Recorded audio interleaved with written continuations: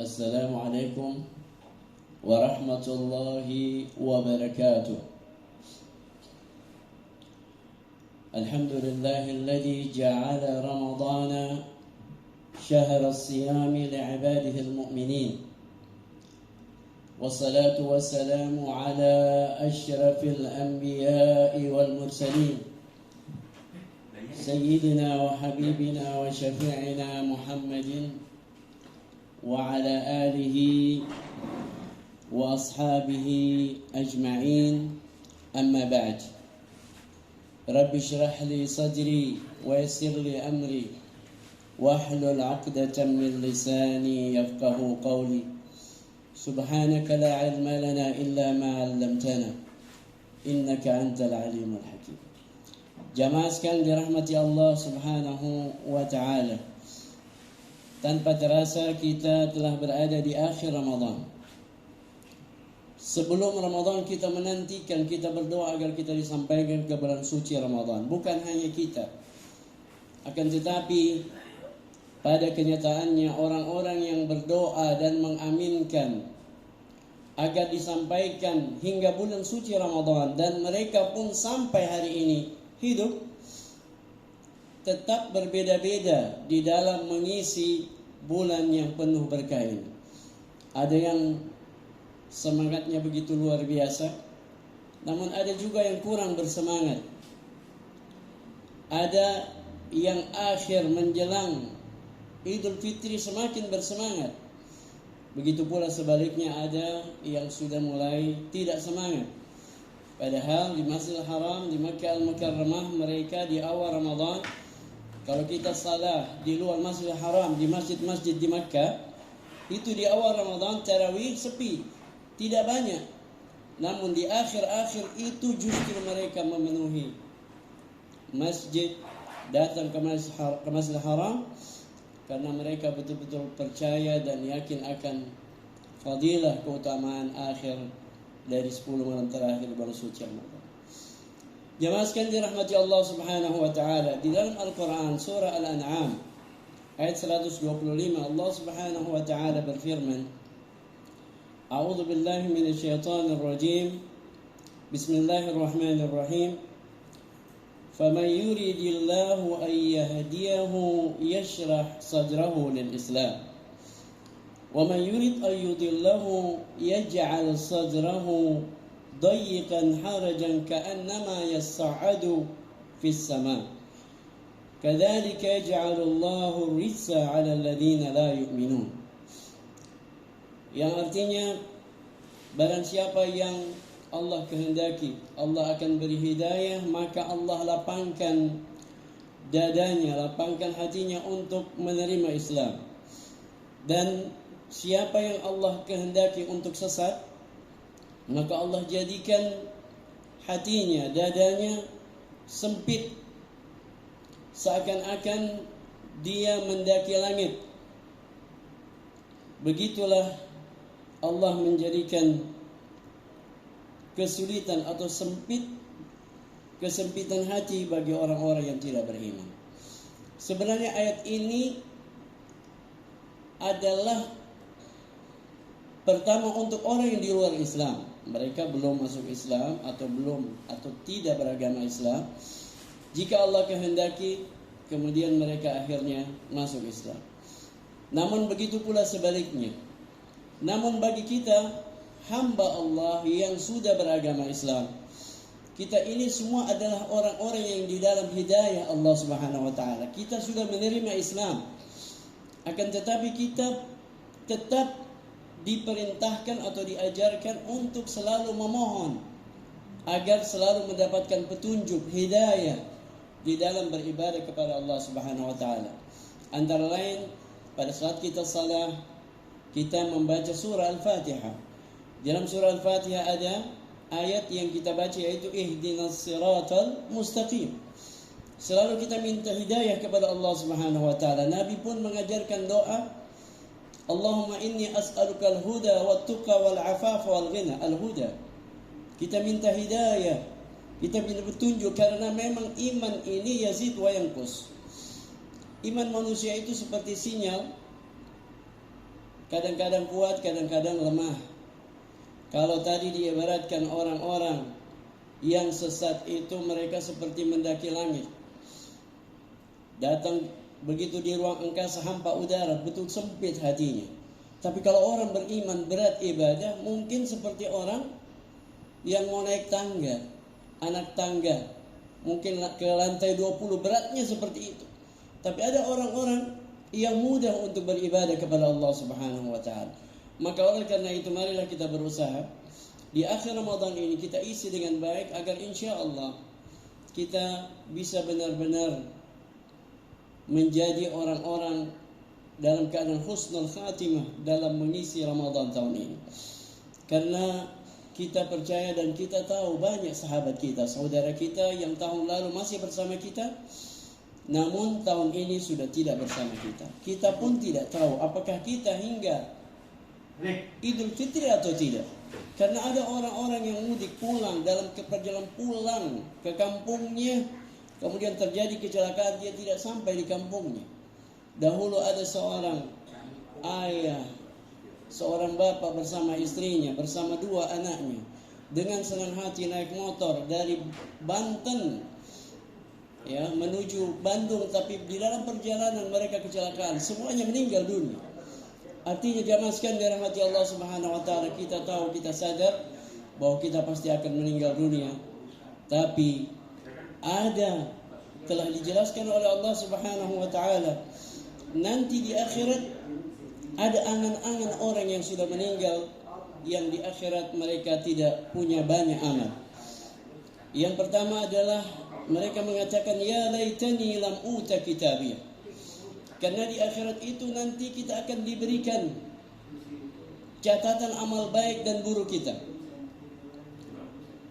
Kemudian orang-orang yang mendapati di dalam firman Allah dijelaskan di sana, mereka berkata begini tatkala melihat catatan amal baik, ma li hadzal kitabi la yughadiru saghiratan wala kabiratan illa ahsaha. Mereka kaget. Mereka bilang, bagaimana bisa catatan ini tidak menyisakan sedikit pun amal baik dan buruk, yang besar atau yang kecil, kecuali semua tercatat di sini. Nah, orang-orang yang seperti itu mereka mengatakan, ya laitani lam uta kitabiyah. Coba seandainya mendingan aku tidak lihat catatan amalku ini. Berikutnya penyesalan yang lain. Dalam Al-Quran ada yang mengatakan, ya laitani lam attakhidh fulanan khalila. Coba seandainya dulu aku tidak menjadikan si A, si fulan menjadi sahabat karibku. Artinya temannya yang menjadi sahabat baiknya itu bukan orang yang saleh. Dia membawa kepada kesesatan, kepada azab, sehingga dia menyesal. Kemudian ada lagi penyesalan yang lain. Mereka mengatakan, ya laitani ata'na Allah wa ata'na Rasulah. Coba seandainya dahulu aku taat kepada Allah dan kepada Rasul. Penyesalan berikutnya di dalam Al-Quran, mereka mengatakan, ya laitani ittakhadtu ma'ar Rasul sabila. Coba dahulu aku ikut jalannya para Rasul. Kemudian ada lagi yang mengatakan, ya laitani kuntu ma'ahum fa'afuza fawzan 'azima. Yang ini akhirnya mereka melihat orang-orang yang beramal saleh, orang-orang yang senang, sehingga mereka mengatakan, ya laitani kuntu ma'ahum. Coba dahulu aku bersama mereka. Mereka akan masuk surga itu, maka aku akan bisa mendapatkan kesuksesan yang agung, kemenangan yang luar biasa di akhir.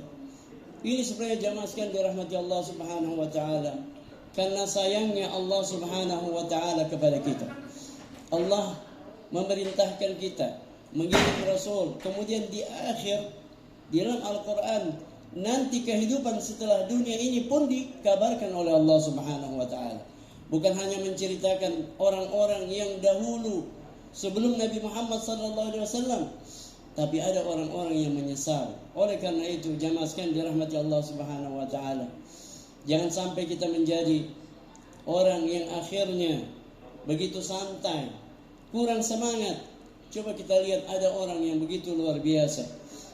Kita perhatikan setelah tarawih, mereka sempat masih tilawatil Quran. Kemudian kita istirahat, kita bangun. Sebelum sahur pun masih ada kita temukan orang-orang yang baca Al-Quran. Mereka begitu bersemangat. Coba bandingkan dengan si A umpamanya yang kurang ibadahnya. Apakah mungkin sama Allah perlakukan di akhirat? Tidak mungkin. Namun jamaah sekalian dirahmati Allah Subhanahu wa taala, bila kita bandingkan dengan Nabi Muhammad SAW, Nabi Muhammad yang dijamin masuk surga, yang diampuni segala dosanya, Rasulullah pun tetap beribadah. Sehingga Siti Aisyah menanyakan, kenapa engkau masih beribadah ya Rasulullah? Bukankah engkau telah dijamin masuk surga dan semua dosamu diampuni? Apa jawaban Nabi Muhammad SAW? Afala akuna abdan syakura. Jadi oleh karena itu sebenarnya kita beribadah bukan hanya untuk mendapatkan pahala, tapi sebagai bagian dari bersyukur kepada Allah Subhanahu wa taala atas segala nikmat yang Allah berikan kepada kita. Dalam surah At-Takatsur sering kita baca, di akhir surah At-Takatsur itu ada firman Allah, "Tsumma latus'alunna yawma idzin 'anil na'im." Dan sungguh pasti nanti di akhirat kalian akan ditanyakan, dimintakan pertanggungjawaban atas segala nikmat yang kalian nikmati. Mungkin sebagian orang yang hidupnya pas-pasan atau miskin, dia mungkin merasa dia tidak akan banyak dimintakan pertanggungjawaban oleh Allah. Padahal sebenarnya setiap manusia pasti akan ditanya. Karena nikmat mata yang Allah berikan itu begitu luar biasa. Apabila orang akan ganti mata, berapa biayanya? Nah, maka nikmat itulah yang Allah akan minta pertanggungjawabannya nanti. Nafas kita, bagaimana kita berjalan dengan baik, itu semua kita akan ditanyakan di sisi Allah Subhanahu wa taala. Ya maskan dirahmati Allah Subhanahu wa taala. Nabi Muhammad sallallahu alaihi wasallam bersabda, "Innal quluba tatasadda kama yatasadda'ul hadid." Sesungguhnya hati manusia itu bisa berkarat seperti berkaratnya besi. Jadi oleh karena itu jamaah sekalian dirahmati Allah Subhanahu wa taala, hadis ini untuk kembali kepada diri kita sendiri, bukan untuk melihat orang lain, tapi mari kita pikir, kita lihat kira-kira kalaupun hati kita berkarat, kadar karatnya seperti apa? Berapa lama? Sehingga kita bisa berusaha untuk membetulkan hati kita kembali. Karena ada orang-orang kembali lagi begitu bersemangat untuk beribadah. Orang-orang yang suka bersedekah, dia tak akan berhenti. Dia terus bersemangat untuk melanjutkan sedekahnya. Orang yang suka salah sunnah, dia terus melakukan itu. Orang yang selalu membaca Al-Quran begitu pula. Dahulu ada satu ustaz berceramah menanyakan begini, menceritakan seperti ini. Satu ustaz menceritakan kepada ustaz yang lain. Ustaz itu menceritakan pengalamannya tatkala dia berada di salah satu kabupaten di Jawa Barat. Dia bertemu dengan satu ibu. Ibu itu waktu bertemu bukan di bulan suci Ramadan. Ibu itu bertanya seperti ini kepada ustaz itu. Ustaz, kalau ustaz biasanya sebulan berapa kali khatam Al-Quran? Sebulan berapa kali khatam Al-Quran? Ya. Kaget ini ustaz. Kemudian karena dia kaget, dia bertanya kembali kepada ibu itu. Kalau ibu, kemudian ternyata ibu itu menjawab dengan jawaban yang luar biasa. Artinya dia bisa beberapa kali khatam di dalam sebulan. Akhirnya bapak ini, ustadz ini bertanya kepada ibu itu, "Ibu, bagaimana caranya ibu bisa membaca Al-Quran begitu banyak dalam sebulan?" Dia bilang, "Sebenarnya saya ini juga orang sibuk. Saya ini penjual kue subuh. Jadi saya sebenarnya waktu saya banyak untuk bekerja. Akan tetapi karena saya betul-betul tahu bahwa Al-Quran itu kan dari dahulu hingga sekarang tidak berubah. Hanya itu-itu saja yang kita baca. Jadi buat dia, ibu itu mudah sekali membaca Al-Quran. Ya, karena dia merasa tidak berat, dia senang, begitulah mudahnya." Itulah kira-kira jawaban Bagi mereka mungkin yang bertanya kepada, sering diceritakan bahwa Al-Imam Syafi'i setiap harinya di luar Ramadan mengkhatamkan Al-Quran satu hari 1 kali khatam. Di bulan Ramadan 2 kali khatam. Kenapa orang-orang seperti mereka atau Imam Syafi'i bisa melakukan itu? Karena beliau sambil bekerja tetap jalan. Seperti kita laptop kita sambil mengetik kita bisa mendengarkan. Begitulah kira-kira. Jadi mereka sudah menyatu dengan Al-Quran, dan mudah-mudahan insya Allah kita diberikan kesempatan, diberikan hidayah untuk berusaha kembali membaca Al-Quran. Dan bila mereka yang belum bisa membaca Al-Quran, bacalah terjemahan Al-Quran. Karena Al-Quran itu kita tahu akan menjadi memberi syafaat di akhirat. Iqra'ul Qur'ana fa innahu ya'ti yaumal qiyamati syafi'an li ashabi. Jamaah sekalian dirahmati Allah Subhanahu wa taala. Bila kita mau menghitung amal baik kita, mungkin kita tidak akan bisa masuk surga.